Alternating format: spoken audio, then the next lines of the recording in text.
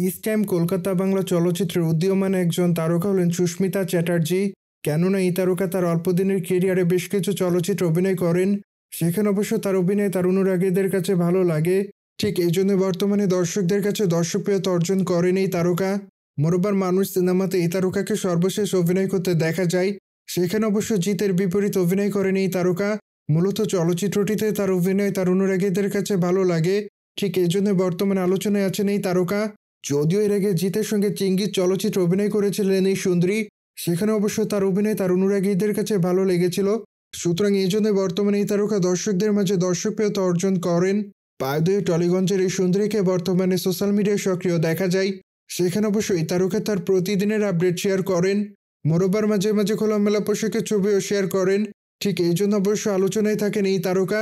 কিন্তু যাই হোক, সে সকল আলোচনা কিংবা সমালোচনাকে এই তারকা সেভাবে গ্রহণ করে না, ঠিক এই জন্য এই তারকা তার ইচ্ছামতো ছবি শেয়ার করেন।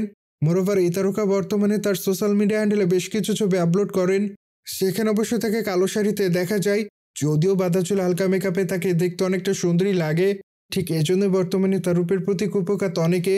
মূলত তার প্রকাশ করা ছবির কমেন্ট বক্সে অনেকে তাকে সুন্দরী বলে দাবি করেন। মোরোভার অনেকে আবার তাকে কিসের ইমোজি দেয়, সেই সাথে অনেকে আবার লিখেছে শাড়িতে তোমাকে অসাধারণ দেখাচ্ছে। মূলত অনেকে আবার তাকে মাই লাভ বলে উল্লেখ করেন, যদিও আবার অনেকে তাকে আগুনের ইমোজি দেয়। সুতরাং যোগ সবকিছু মিলে সম্প্রতি এই তারকা দর্শকদের মাঝে আলোচনায়।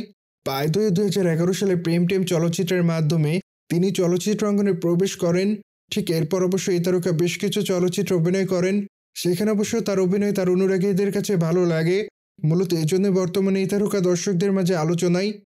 সুতরাং জেনে তো নিলেন, সম্প্রতি সময় কলকাতা বাংলা তারকা সুস্মিতা শাড়িতে লাস্যময়ী রূপে ধরা দেয়।